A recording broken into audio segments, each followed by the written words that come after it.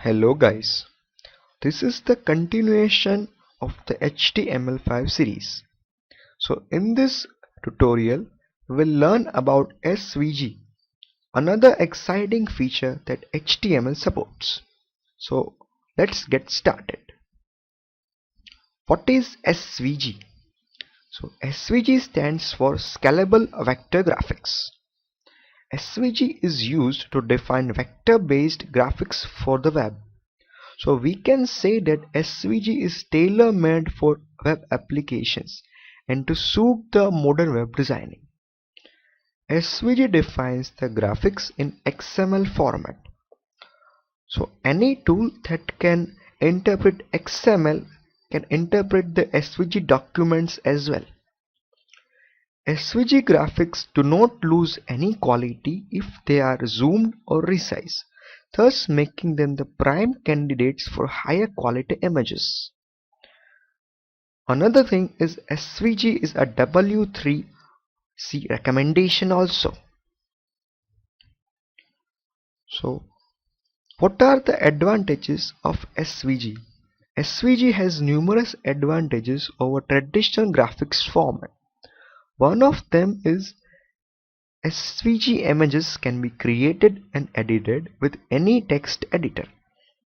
They can also be searched, indexed, scripted, and compressed. SVG images are also scalable.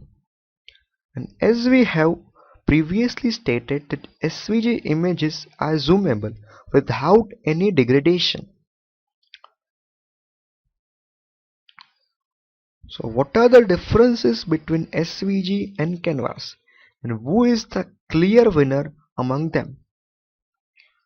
SVG is a language for describing 2D graphics in XML, while on the other hand, Canvas draws 2D graphics on the fly with a JavaScript.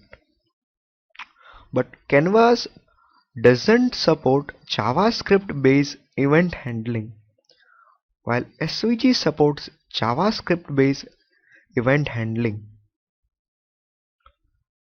SVG is also XML based, which means that every element is available within the SVG DOM, so providing better event handling. Canvas is rendered pixel by pixel. So in Canvas, once the graphic is drawn, it is forgotten by the browsers. So it is basically used in gaming applications, while SVG is currently used in Google Maps where the rendering area is large. So this was the comparison between SVG and Canvas. Hope you enjoyed this tutorial.